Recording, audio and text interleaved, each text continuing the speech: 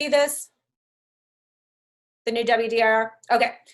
So this is the new WDIR 100 addendum. The entire top section with all the information is the same. So don't worry, all of this stuff stays the same. Make sure you're filling this out and make sure you see these words city of and county of. It's a little bit different than a lot of our NCAR forms work with, but as in everything, just make sure that you're filling out forms completely. And then starts the changes. Okay. So why this came about, a little bit of background, is that the VA, and they still continue to change their policies on exactly what VA buyers are allowed to do. So for years and years and years, it was that the buyer was absolutely not allowed to pay for the WDIR report. That changed, and the VA did some new white page guidelines on, okay, yeah, they can. And then they changed it again to where they can't, and then to where they can, and back and forth and back and forth. So the most current explanation is not an explanation, but do know that this VA requirement for whether the buyer can or cannot pay for this varies by state. So if you are talking to brokers in other states, what our lenders here say is gospel is not necessarily gospel where they are. And if you're working with national lenders or lenders from out of state, they may not be aware of exactly what our state guidelines are without looking those up too. So that's one thing to be aware of. What the guidance actually says is that if the veteran is going to pay for the WDIR report, it's supposed to be deducted from lender fees.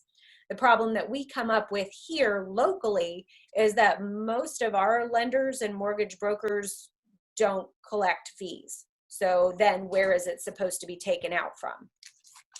So the big thing to kind of not panic on here, I'm sure a lot of you have done Secretary of VA foreclosures. You've been on the buyer side of them, if not on the selling side.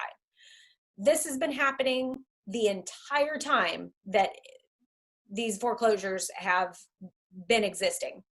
The VA, the Secretary of VA as a seller will not sign this form. But yet, all of our buyers have been able to buy the houses without the seller officially paying for that report. One of the workarounds of that is that the closing costs can pay for it. So, and that was one of the things that we would tell people, even if they were asking for zero closing costs, hey, you may as well ask for at least $100 of closing costs so that the WDIR report can come out of that, blah, blah, blah. So these are all things that can be negotiable. But the main point of this form is that because this is a buyer inspection, there are no other buyer inspections than that the seller is just assumed is going to pay for. So what we're doing is treating the WDIR exactly like we would any other inspection. When the guidance from the VA was that, yes, absolutely, the seller had to pay for it, that's why this form became a thing. Once they said that it's somewhat negotiable, now it becomes a thing where sellers don't necessarily have to pay for this every single time if it's a VA buyer. It is negotiable. And that's what we wanted to get across with this form. And that's why, I think it's a good time to talk about this during a listing thing, because that's really all we're talking about today is the listing. So, if you've got the seller, you should probably disclose to them that, yes, in certain circumstances, you may end up having to pay for this WDIR report, but please know, Mr. and Mrs. Seller, that is not 100%. Like you don't have to go into this thinking that you absolutely have to pay for this. So here's what the changes are. So the first one is, so there's 3 different ways that you can fill this out. You can fill it out here in this top section, here in this middle section, or here on this last line. The options are the seller will do this, the buyer will direct this, or that no WDIR will be provided. That's the easiest one. That's the simplest one to say, is that no wood destroying insect report or renewable contract will be provided by the seller. Just no, that's it. We're just not going to do it. Now, that should probably be attached to every non-VA one because that's pretty much what it is. But let's go back up here to the slightly more complicated one. So the first one is that the seller shall provide this report to the buyer. Okay, so this is kind of what our old one looked like. But notice that it does not say anything about a one-year contract. This line says, seller shall provide to buyer a wood destroying insect report from the licensed pest control, blah, blah, blah. That's always been in there. Report only, okay? That is all this top one is agreeing to.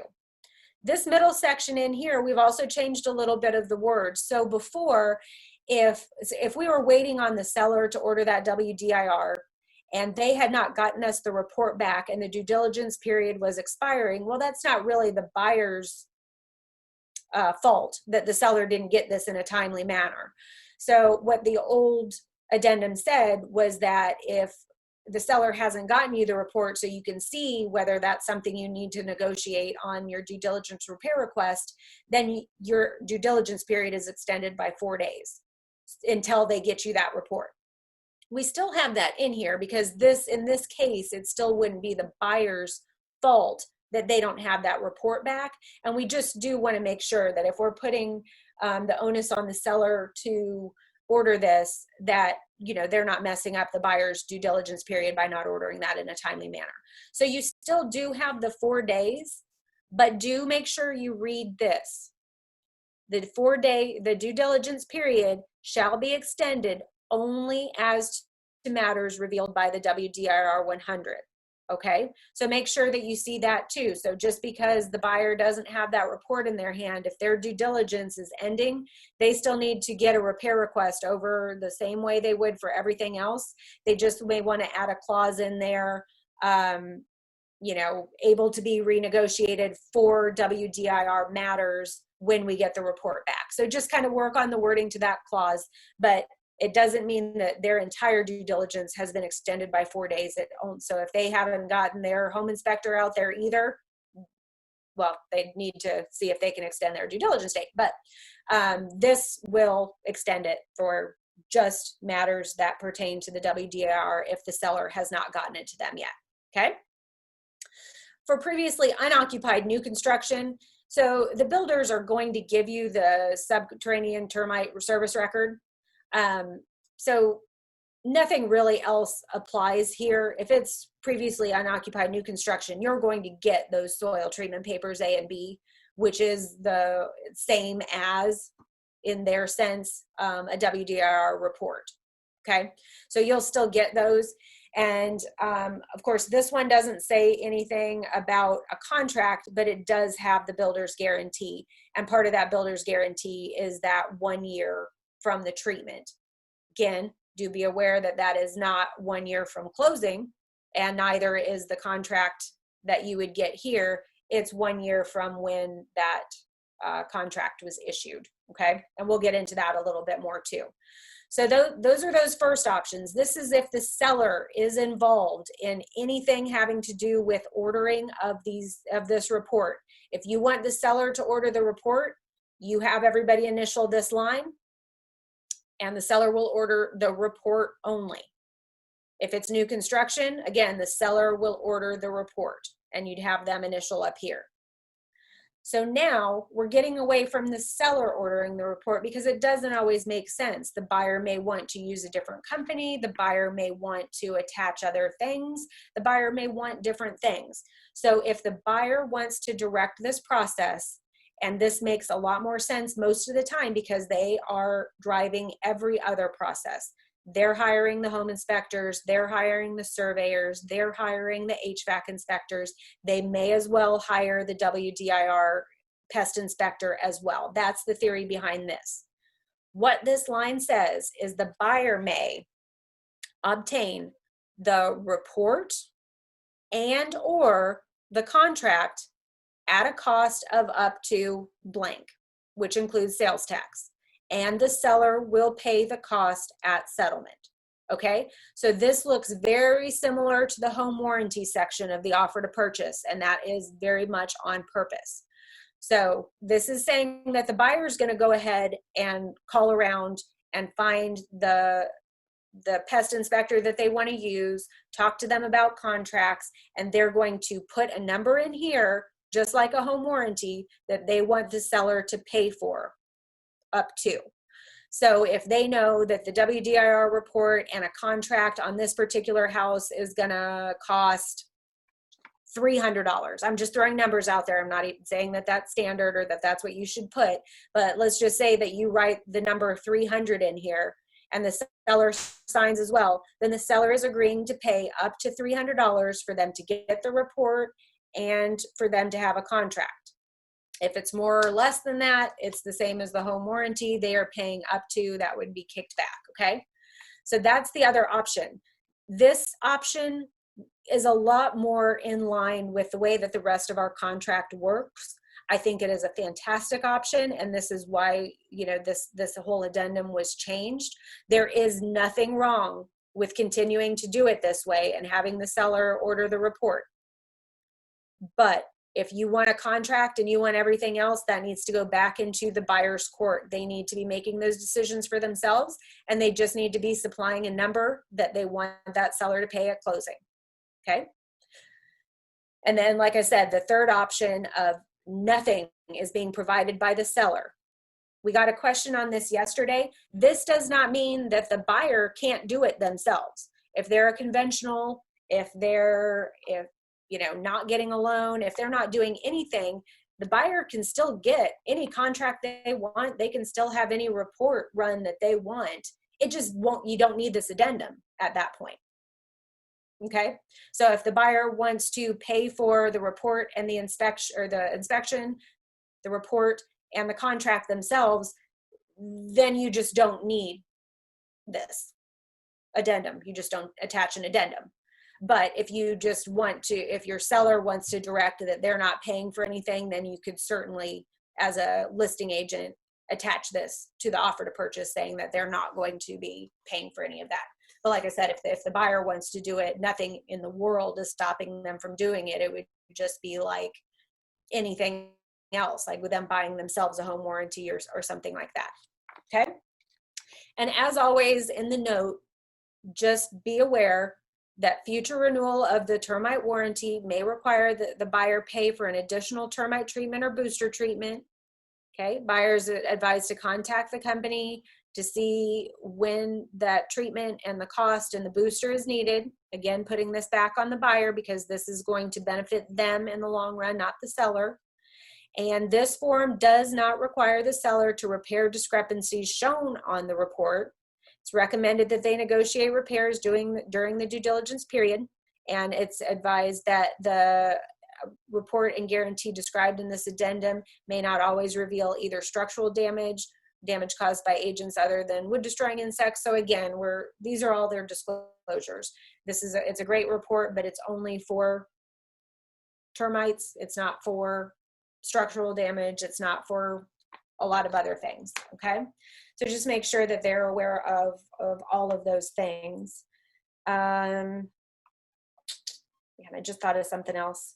Oh, well, so that was my last point. So that little section in there, just because they are providing the report, if the report doesn't come back clean, the seller is not required by anybody to fix the damage just because they filled out this form. Where you'd have to ask for that is on the repair request. So when you fill out your due diligence repair request, that's where all of those repairs become negotiable. Now, if you've written it into your contract that the seller will provide a clean WDIR report, that's up to you. And those are clauses that you and your broker can work on together to put into contracts and try to bulletproof things as much as you can. But all repairs are always negotiable. When they sign the contract says that they're buying that house as is, right? So just because there's something that shows up on the WDIR does not mean that the seller is required to repair it. That's something that your buyer needs to ask for. Okay, so that's the form, one page of fantasticness. So Carolyn had asked earlier, what is the date we're mandated to use the new forms? You are mandated to use those new listing agreements as of May 1st of this year. So again, if you filled out anything between May 1st and today, so in the last 2 weeks, that was not on one of those forms, I can't tell you what to do, but I would call the free NC Legal hotline and ask them their opinion on whether you should go ahead and have your sellers sign a new listing form, or to have them just read through it. And I don't know. That's not up to us. That's up to NC Legal. But anytime that we get new forms, the day they come out is the day you're supposed to be using them. And those should all be up in zip forms and .loop and all of that. Since it's an NCAR form, most of the .loop ones even come naturally or automatically to that. If you do not have that new one that says May 2020 on the bottom, you need to get up with your broker in charge immediately and have them get that up onto, so that you can be using that. As far as the WDIR addendum, that one's not mandated for use at all, period. So you never have to use it. All we are asking is that you replace the old addendum with this new one at this point, because this new one is what our board attorney and our board of realtors has blessed as being the new one that we want everybody to use. We can't tell you you absolutely can't use the old one. But it's like any other form. Once it's been replaced by a revised edition, you should use the most recent form. Again, if you have any questions about that, you can ask JBOR about that. But yeah, it still covers everything that the old one did, but it gives people a lot more options and a lot better options for the world that we're living in right now. Okay, so does anybody have any other questions, or is there anything you want to go over?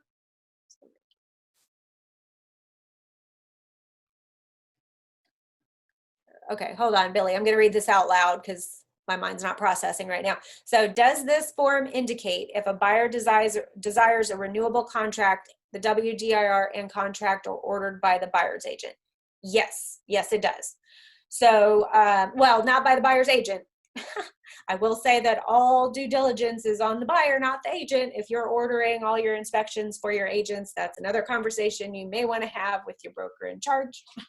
It's the buyer that orders those. But yes, what that says in that second section is if there is a contract wanted at all, it is the buyer who's going to go shopping for that and who is going to figure out how much they're going to ask the seller for, or the buyer is going to ask the seller to do just the report and the buyer is going to pay for the contract. So either way, the buyer needs to be the one doing the research on that contract. What I will say is that a lot of times there are pest control companies that won't warrant other pest control companies' prior contracts and work and all of that kind of stuff.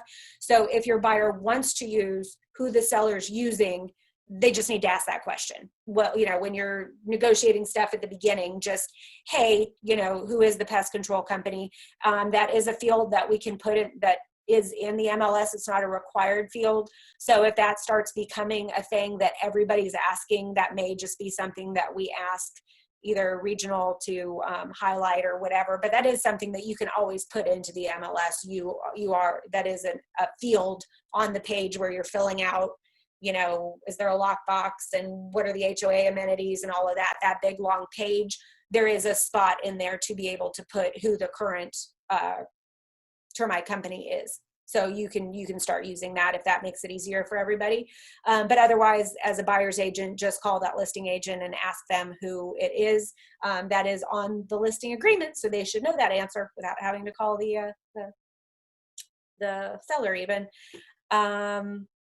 But yeah, so like I said, that's what it comes down to, is anytime a contract is required, like the buyer wants the termite contract as well, it's putting the ball in their court to go ahead and research that out and find who they want to use for their contract.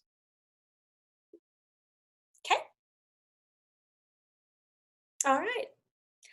I don't see it. I'm not missing any questions on there. So I think that's it. And I know this is a lot for everybody to digest. I want Keith Fisher to come on and do a Zoom or even a pre-recorded video on the WDIR 100 addendum. This was just something we weren't really planning on throwing at you guys today, but because we're making it known to all the brokers today and via Flex and everything else that this has this is a thing. I didn't, if you guys wanted to hear about it and hear kind of the background on it, we wanted to make sure we threw that out there to you as well. But if you do have any questions, just do contact Heather, and she will put you in contact with the people that can help you with that. If you, of course, if you have Keith's phone number, go ahead and call Keith. No. Ask us and we'll try to figure it out, because we might have those answers for you and everything. But as always, the Forms Committee at JBOR is working for you guys to try to work on all of this. If you do have suggestions or you have major problems with this addendum or anything, we do want to hear about them. This is a brand new form. We really do try to go over with the attorneys and everybody else things that may arise from any forms that we put out. But of course, it's brand new. We haven't seen what's going to happen with it. But if there are problems, we want to know. And we will put them back in front of the Forms Committee and then the attorneys and get things changed if they needed to be changed, or added to if they needed to be added to. We are here to serve for all of that. So thank you guys so much for joining us for this. Like I said, the very next thing, if you have not seen the advertisements coming out for Lee Brown's class, please, please, please. It's going to be, she's hilarious. She's wonderful. It's just an hour a day for 3 days. Definitely attend that. And if you want help with social media, like I said, we've got an Instagram one going on the 21st and more of a social media boot camp, Facebook based one going on the 28th. So we've got lots of stuff happening here. If you have any suggestions for what you'd like to see from us, please let us know. We would love, love, love suggestions. I know a survey went out a while ago, but don't feel like that was your only chance to tell us what you want. Always tell us what you want, and we will push it out there for you. And if there's any other forms that you want to work on, we're talking about doing some forms classes and stuff too. So if there's any other forms, of course, we always want to do them on the new stuff coming out, but I know people have questions on just how to fill out everything. So let us know if you want anything specific and we will throw it together for you. But I really do appreciate it, as always. Thank you guys so much. I went over by 8 minutes, Heather.